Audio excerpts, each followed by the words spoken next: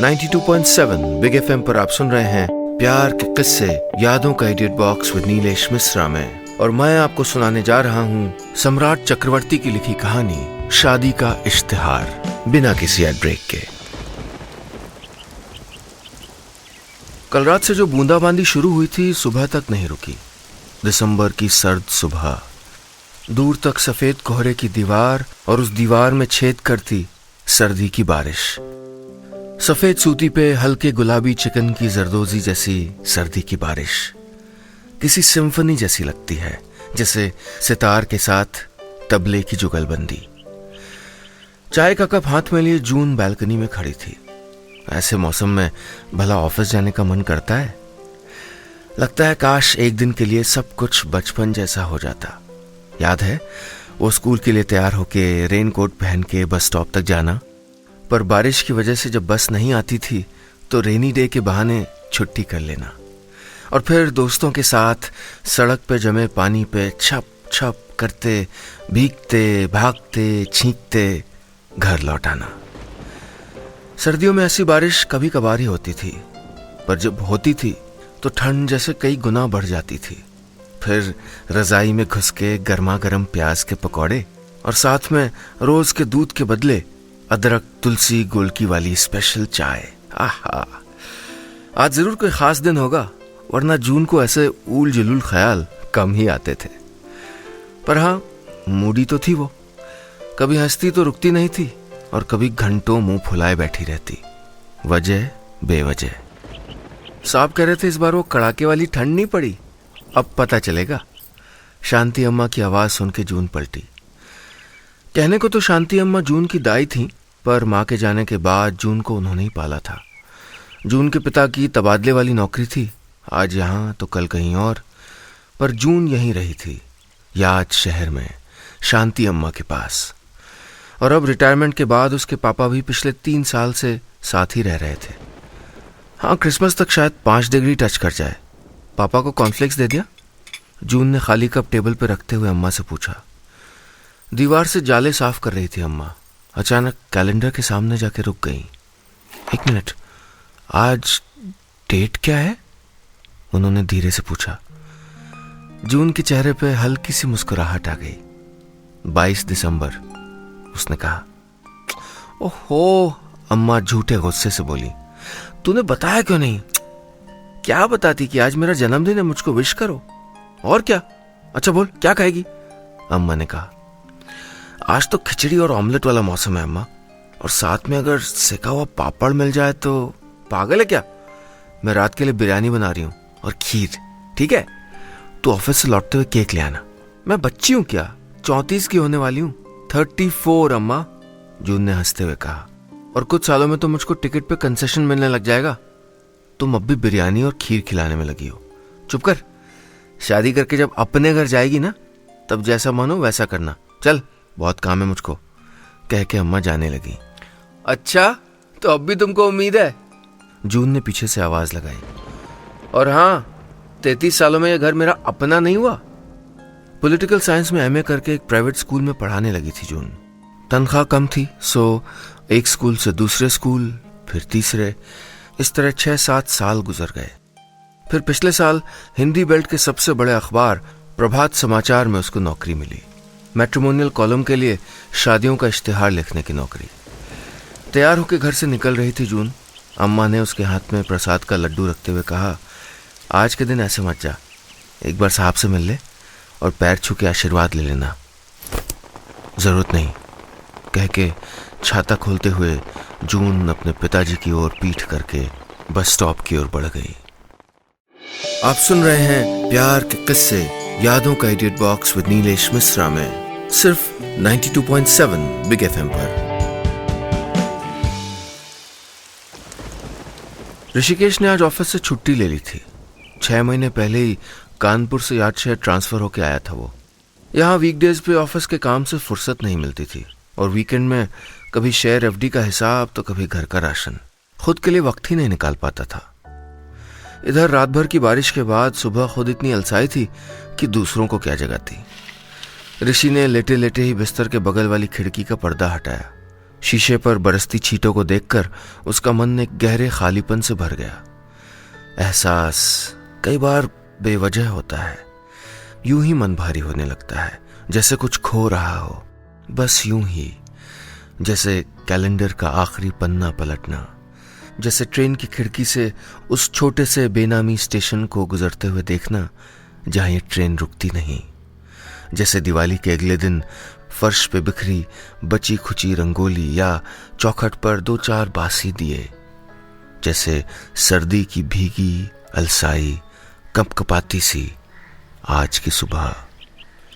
ऋषि ने office phone करके कहा, तबीयत ठीक नहीं, आज आ नहीं पाऊंगा, जरा देख लेना। तभी उसकी माँ कमरे में आई। क्या हुआ तुझे, बुखार है? नहीं माँ, कुछ नहीं हुआ, 2-3 कैजुअल लीव बाकी थे, सोचा ले लूं। तुम बस जल्दी से एक स्ट्रॉन्ग कॉफी बना दो, मैं अभी ब्रश करके आया। ऋषि ने सोचा घर के जो छोटे मोटे काम कई दिनों से पेंडिंग पड़े थे आज कर लिए जाएं। स्टोर में बाबूजी के टाइम का रूम हीटर पड़ा था, उसको निकाल के साफ करना था। माँ के कमरे में इस बार उसकी जरूरत पड़ेगी। टाइसन को नहलाना था, उसके नाखून काटने थे। पुरानी एल्बमों में कई तस्वीरें खराब होने लगी थीं, उनको स्कैन करके डेस्कटॉप में सेव करना था। 32 साल की उम्र में ही ऋषि के दोनों कानों के ऊपर हल्की हल्की सफेदी आने लगी थी, पुश्तैनी बीमारी थी। ऋषि के बाबूजी के तो 40 छूते छूते सारे बाल सफेद हो गए थे, पर उन्होंने कभी डाई मेहंदी वगैरह इस्तेमाल नहीं किया। लेकिन बाकी काम निपटाने के बाद आज हिम्मत करके बालों को डाई भी करना चाहता था ऋषि। दरअसल कॉलेज के जमाने से ऋषि के 2 ही करीबी दोस्त थे, संजीव और अजय। स्पोर्ट्स, पॉलिटिक्स, सिनेमा, इन चीजों में तीनों की राय, उनका नजरिया भले ही अलग अलग हो, पर एक चीज तीनों बराबर मानते थे कि आदमी या तो कामयाब हो सकता है या फिर शादीशुदा। संजीव कॉलेज के बाद ही लंदन निकल गया था पीएचडी करने। 4 साल पहले वहीं से किसी मेम से ब्याह करके लौटे थे जनाब। बाकी अजय ने भी नाना करते हुए 2 साल पहले सहरा बांध ही लिया। अजय की शादी अटेंड नहीं कर पाया था ऋषि, शादी जयपुर में थी और ऑफिस से छुट्टी नहीं मिल पाई थी उसको। अभी महीने भर पहले ही काम से जयपुर गया था, तब अजय ने ऋषि और एकाध रिश्तेदारों के लिए अपने घर पे ही छोटी सी इनफॉर्मल दावत रखी थी। मौका था उसकी शादी की 2री सालगिरह, और वहीं से सारी गड़बड़ शुरू हुई। कितना खुश लग रहे थे अजय और मानसी एक साथ, छोटी छोटी बातों में, इशारों में साफ दिखता था। जैसे खाना खाते हुए अजय की शर्ट का आस्तीन बार बार दाल की कटोरी में लग के खराब हो रहा था। मानसी ने आंखों के इशारे से उसको बताया तो उसने धीरे से सॉरी कह के बाजुओं को फोल्ड कर लिया। मानसी ने सर हिला के जताया कि हाँ अब ठीक है। कितना प्यार, कितना अपनापन था उसे एक पल में। डिनर के बाद गेस्ट हाउस लौटते हुए ऋषि सोच रहा था, उसको भी कोई अपना चाहिए था जिसके साथ वो अपनी सारी फजूल की बातें बांट सके, जो उसकी बुरी आदतों पे उसको टोके, जिसके लिए घर जल्दी आने का मन करे। कोई ऐसा, पर कैसे? सारी तरकीबें सोचने के बाद उसको एक ही फूल प्रूफ हल दिख रहा था, अखबार में शादी के लिए इश्तिहार देना। आप सुन रहे हैं प्यार के किस्से यादों का edit box with Nilesh Mishra में, सिर्फ 92.7 बिग एफएम पर। ऑफिस में भी किसी को जून का जन्मदिन याद नहीं था। वैसे उसको ठीक से कोई जानता भी तो नहीं था यहाँ। 1 साल भी तो नहीं हुआ था उसको इस नौकरी में। पर आज जून का मूड अच्छा था। काउंटर पे खड़ी सिंपल सी प्रिंटेड साड़ी पहने उस औरत ने जून से कहा, जी हम कोई दहेज नहीं दे पाएंगे, ये भी अगर ऐड में आ जाए तो ठीक है, मैं इंक्लूड कर लूँगी। आपको रेट्स बता दूँ, सैटरडे के लिए 25 रुपये पर कैरेक्टर और संडे के लिए 30। आपका टोटल 110 कैरेक्टर्स, मतलब अराउंड, कैलकुलेटर पे हिसाब जोड़ते हुए जून ने कहा, सैटरडे का 2750 रुपये और संडे का 3300 बिना फोटो के। ठीक है, सैटरडे वाला कर दीजिए। इसी सैटरडे को आएगा ना, 26 को? औरत ने अपने हैंडबैग में से पैसे निकालते हुए कहा। जी हाँ, ये रहा आपका receipt, and ma'am all the best, June ने मुस्कुरा के कहा। कभी कभी उसको अपने काम से बोरियत हो जाती थी। वही एक ही तरह के लोग, एक ही इश्तिहार। अब तो उसको ये भी पता था कि किसको इश्तिहार के जरिए जीवन साथी मिलेगा, किसको नहीं। लड़की के परिवार को क्या चाहिए, लड़का अपनी होने वाली पत्नी में क्या ढूंढता है, लगभग सब कुछ। फिर भी कभी कभी उसको अच्छा लगता था 2 अनजान लोगों को मिलाने में उसका भी छोटा सा रोल तो था सही।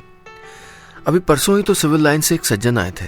3 महीने पहले उनकी बेटी की शादी का इश्तेहार जून ने ही लिख के दिया था। बेटी की अच्छे घर में शादी हो जाने की खुशी में मिठाई लेके आए थे। उनका खिला हुआ चेहरा जून के लिए जैसे क्रिसमस का बोनस था। अम्मा कई बार उससे कहती थी, अब भी ना तू इतनी सुंदर लगती है, पर कभी सस्ती संवरती क्यों नहीं? मेरी मान, कलर फोटो के साथ तू भी अपना एक एडवर्टाइज डाल दे अखबार में। पर जून हर बार ये कह के टाल देती, होना होगा तो खुद होगा, तुम्हें करनी है तो बताओ, ढूंढती हूँ कोई गबरू अंकल तुम्हारे लिए। लंच करने में जून को थोड़ी देर हो गई। बार बार आज न जाने क्यों स्कूल के दिन याद आ रहे थे। शायद बर्थडे का असली मजा उन दिनों ही आता था। महंगे गिफ्ट्स की नहीं, बस पापा के भेजे हुए पिक्चर पोस्टकार्ड और एक चॉकलेट बार का इंतजार होता था उसको। कितना स्पेशल, कितना खास महसूस करती थी वो उस दिन। और आज अकेले अकेले टिफिन खाना अच्छा नहीं लग रहा था उसको। खैर, लंच रूम से लौट के जून ने देखा कि एक आदमी उसकी डेस्क के सामने खड़ा है। सॉरी सर, आपको वेट करना पड़ा। लंच बॉक्स बैग में डालते हुए जून ने कहा, बैठिए ना। थैंक यू कह के उस आदमी ने भरा हुआ फॉर्म जून की तरफ बढ़ा दिया। मैट्रिमोनियल ऐड आपके लिए ना, हिंदी या इंग्लिश? पूछते हुए जून ने नोटिस किया सामने वाले की बॉडी लैंग्वेज में हिचकिचाहट साफ थी। English for this Sunday. Rates मुझको पता है, मैंने फ़ोन किया था। रट्टू तोते की तरह वो एक बार में बोल गया, ग्रेट, गॉड विलिंग अगले संडे से पहले आपका मैच फिक्स हो जाएगा। जरा मैटर देख लें सर।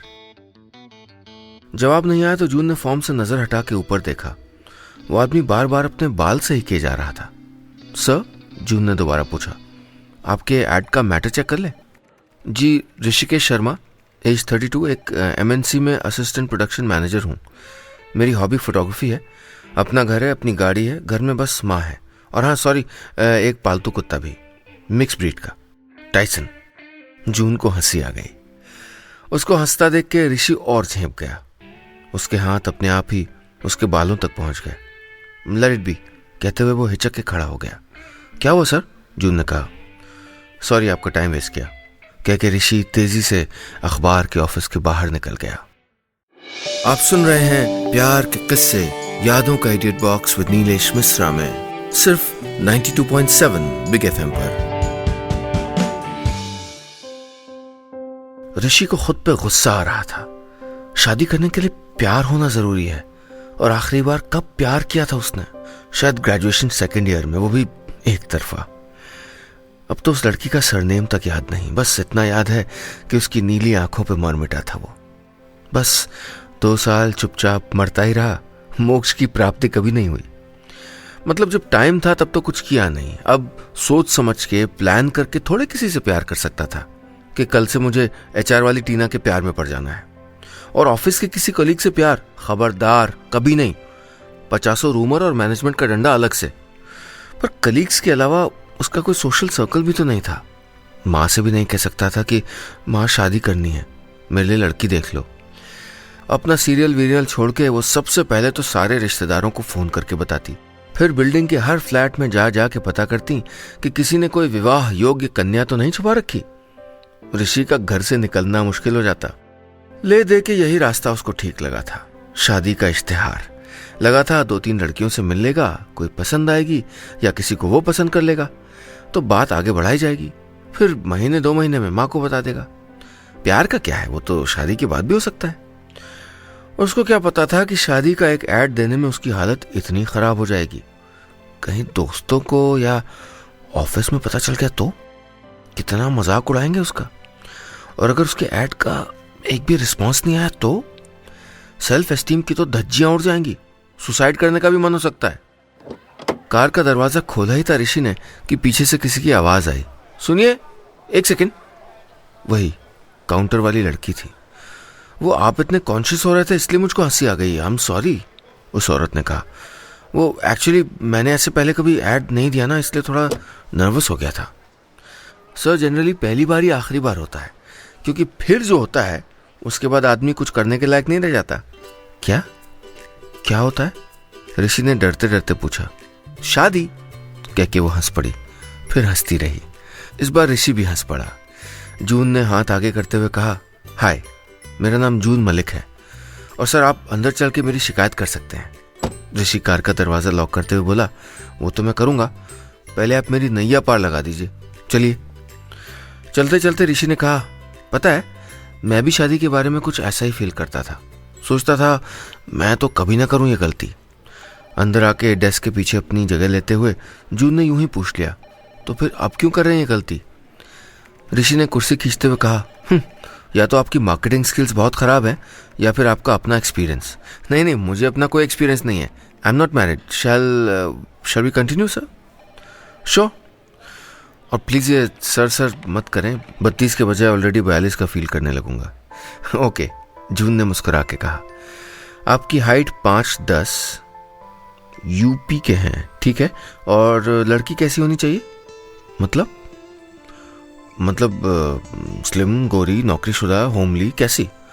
इतना कुछ सोचा नहीं। हाँ, आम सिंपल सी, देखने में अच्छी हो, मतलब ठीक हो, दोस्त जैसी हो, माँ का थोड़ा ख्याल रखे, नौकरी करे ना करे उसकी मर्जी, और कास्ट वास्ट कोई फ़र्क नहीं। सर एक सेकेंड, आप तो पूरी चिट्ठी लिखवा रहे हैं, थोड़ा शॉर्ट में। ओह सॉरी, आप 3 वर्ड्स में बताइए, लड़की कैसी हो? ओके, लड़की आप जैसी हो। आप सुन रहे हैं प्यार के किस्से, यादों का edit box with Nilesh Mishra में, सिर्फ 92.7 बिग एफएम पर। 3 दिन हो गए थे उस बात को, पर जून को अब भी सोच के हंसी आ जाती थी। कई बार अम्मा को ऋषि वाला किस्सा सुना चुकी थी वो। पता है अम्मा, कम से कम 20 बार सॉरी बोला होगा उसने, मेरा वो मतलब नहीं था, गलती से मुंह से निकल गया, ये वो। अरे नर्वस था बेचारा, और तू उस पर हंसती रही। अम्मा ने दाल छौंकते हुए कहा, तो और क्या करती? सुन, साहब कह रहे थे पास ही कोई फोटो एग्जीबिशन लगा है, ले जाएगी उनको? मुझे काम है, जून ने रुखाई से कहा। संडे को ले जाना, दिन भर तो घर में बैठे रहते हैं, थोड़ा बाहर जाएंगे तो अच्छा लगेगा। तुझे पता है ना अम्मा, मुझको उनसे पता है। अम्मा ने उसकी बात काटते हुए कहा, पर तू भी तो सोच, इतने साल हो गए, अब पुराना गुस्सा पाल के क्या मिलेगा? तेरी माँ की मौत से तेरे पिताजी टूट गए थे, जानबूझ के याद शहर से बाहर रहने लगे थे, बस एक ही तो अपना था उनका, तू। हाँ, इसीलिए तो बीच के इतने साल तक चिट्ठी नहीं भेजी, फोन नहीं किया, है ना? अरे गलती हुई है उनसे, पर वापस भी आए ना तो तेरे लिए। अच्छा तू मेरी बात रख ले, हम तीनों चलेंगे, ठीक है? संडे को सुबह 6 बजे उठ गया ऋषि। माँ के उठने से पहले ही दरवाजे के हैंडल से दोनों अखबार निकाल लाया, फिर जल्दी जल्दी प्रभात समाचार के क्लासिफाइड वाले पन्ने खंगालने लगा। मिल गया, ये रहा, 6ठे पेज पे ऊपर से तीसरा। अच्छी छपी थी उसकी तस्वीर, सफेद बाल भी छिप गए थे, शायद किसी कंप्यूटर सॉफ्टवेयर से। एक बार में सारा मैटर पढ़ के अखबार तह करके रख दिया उसने। कुछ देर तक दिल ऐसे धड़कता रहा जैसे बोर्ड के रिजल्ट्स आने वाले हों। शाम को तैयार होके ऋषि माँ के साथ नेहरू हॉल पहुंचा। उसके साथ 2 और एमेच्योर फोटोग्राफर्स की तस्वीरों की एग्जीबिशन लगी थी। तस्वीरें देखते हुए वो लॉबी तक पहुंचा ही था, तभी उसको सामने जून दिखी। नजर बचा के वहां से निकल जाता, इससे पहले उसको जून ने देख लिया। अरे आप यहाँ? ऋषि ने चौंकने का नाटक किया। दरअसल मेरे पिताजी को फोटोग्राफी का शौक हुआ करता था, कहते हुए जून ने ऋषि को अपने पिताजी और अम्मा से मिलाया। अम्मा ने हंस के कहा, ओ तो तुम ही हो मिक्स ब्रीड पालतू कुत्ते वाले। लड़की वालों का कोई फोन आया? अभी नहीं, ऋषि बोला। तुम्हें भी इंटरेस्ट है फोटोग्राफी में? जून के पिता ने पूछा। जी एक्चुअली आज एग्जीबिशन में 4 तस्वीरें मेरी भी हैं। रियली? क्या मैं देख सकता हूँ कौन सी हैं? तभी ऋषि की माँ उसको ढूंढते हुए आ पहुंची। न चाहते हुए भी ऋषि को उनको जून से मिलाना पड़ा। माँ, ये मेरी फ्रेंड है जून, हम दोनों एक ही लाइब्रेरी के मेंबर हैं, और ये हैं जून के अम्मा और पापा। तो आप लोग बात कीजिए, मैं अंकल को अपनी तस्वीरें दिखा लाता हूँ।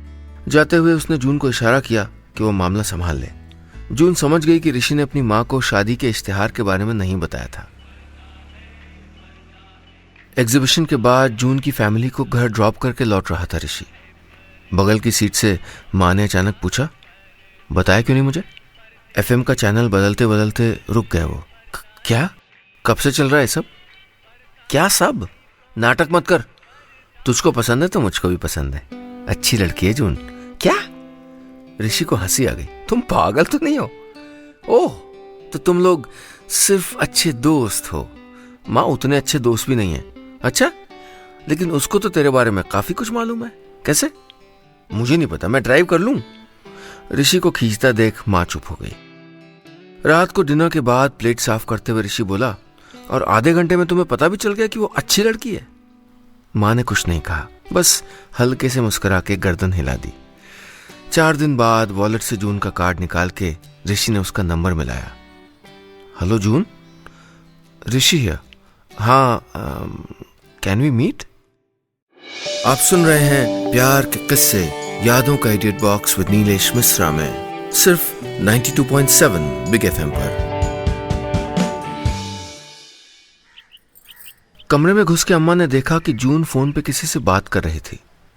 सॉरी, वो मेरे पैर में मोच आ गई थी इसलिए ऑफिस नहीं जा सकी, घर पे ही हूँ। कोई खास बात? ओ नहीं तो ऐसे ही। दूसरी तरफ ऋषि था। हेलो, सॉरी मैं पूछना भूल गया, आप वैसे ठीक तो हैं? मतलब मेजर कुछ तो नहीं ना?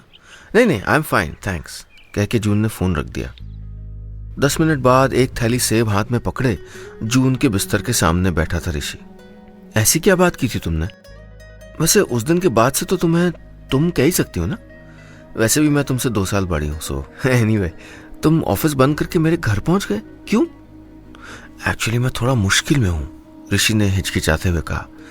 5 दिन हो गए, मेरे ऐड का एक भी रिस्पॉन्स नहीं आया। अब क्या होगा?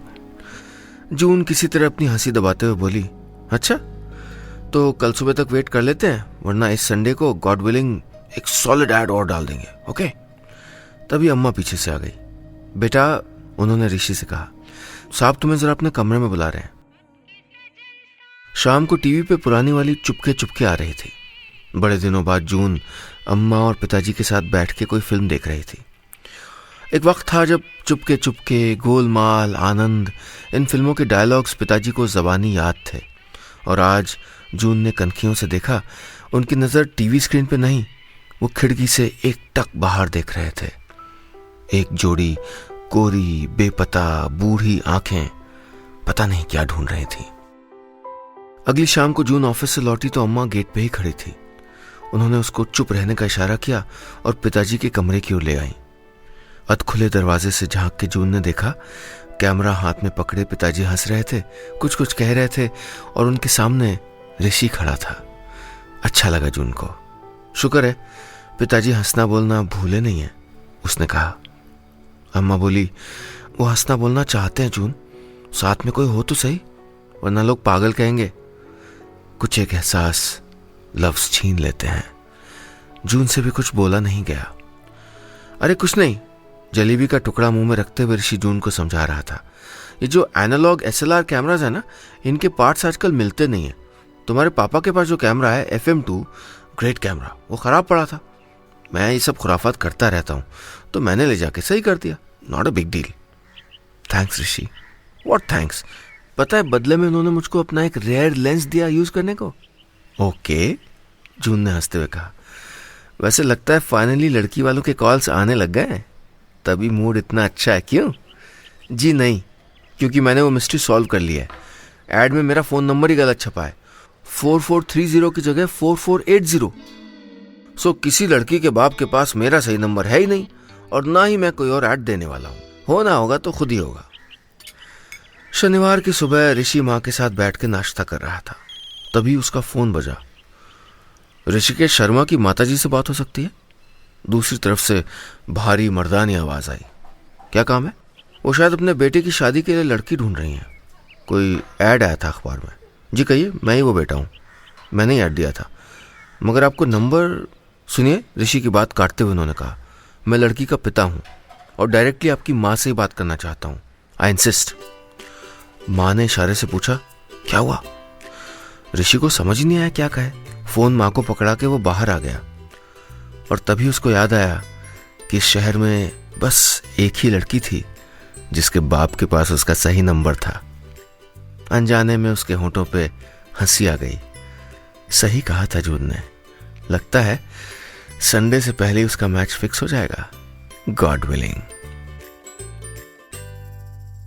बस इतनी सी थी कहानी।